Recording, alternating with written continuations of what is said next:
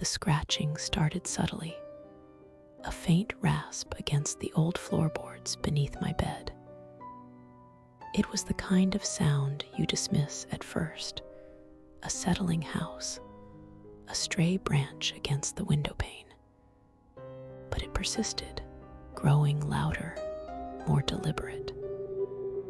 It was the sound of fingernails, long and sharp, gouging into wood. I was 8, and the rural darkness outside my bedroom window was a vast, inky canvas that swallowed all light. The quiet was absolute, a thick blanket that made every tiny noise amplify. My heart, a frantic hummingbird trapped in my chest, was already beating a desperate rhythm against my ribs.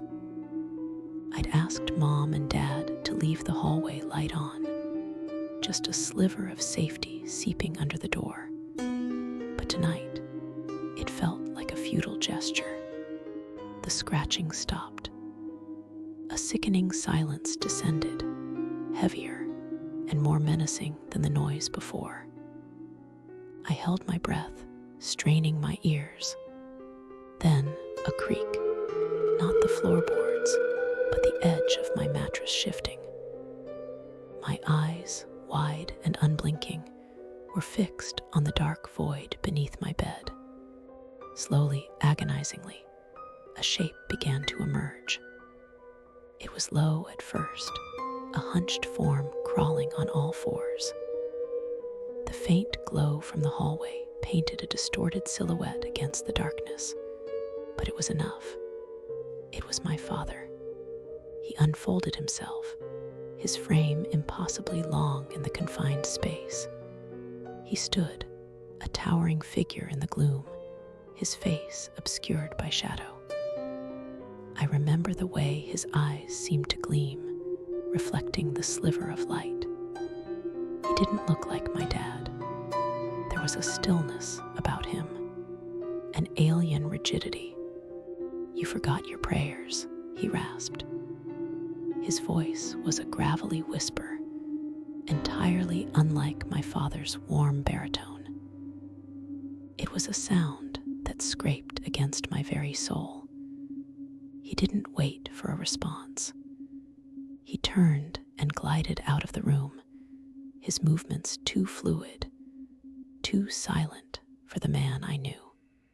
I didn't move. I couldn't. The blanket was a useless shield, my limbs leaden. Tears streamed silently down my face, soaking into my pillow. I was convinced he would return, that the scratching would begin again, this time against my bedroom door. My parents never spoke of it.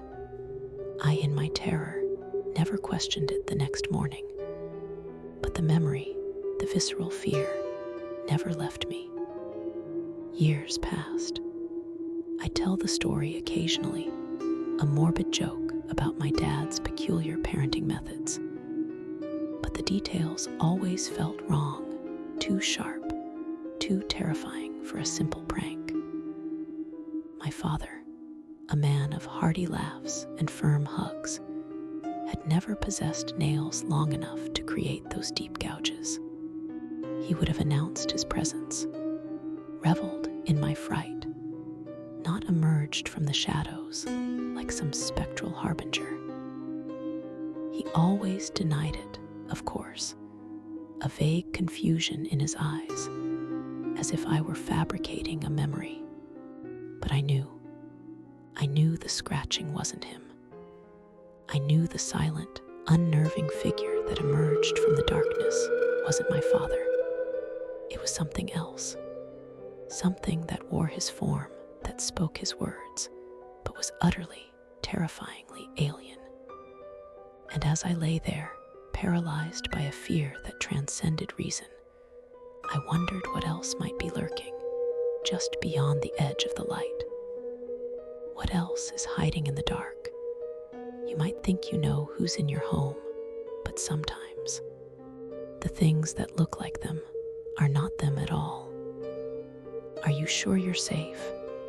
Check under your bed. Check your closets. Because I'm Aqeela, and you're watching the Aqeela Files. Sleep tight, if you can.